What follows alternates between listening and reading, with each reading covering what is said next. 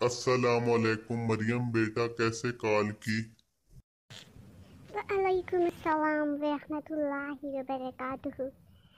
Uncle, मेरा result आने वाला है 10th क्लास का। प्लीज़ मुझे इम्तिहान में कामयाबी का कोई वजीफ़ा बता दीजिए। बेटा, 3 दिनों में 11,000 मरतबा या सिबू का विद करना है और इससे आपका रिजल्ट अच्छा आएगा।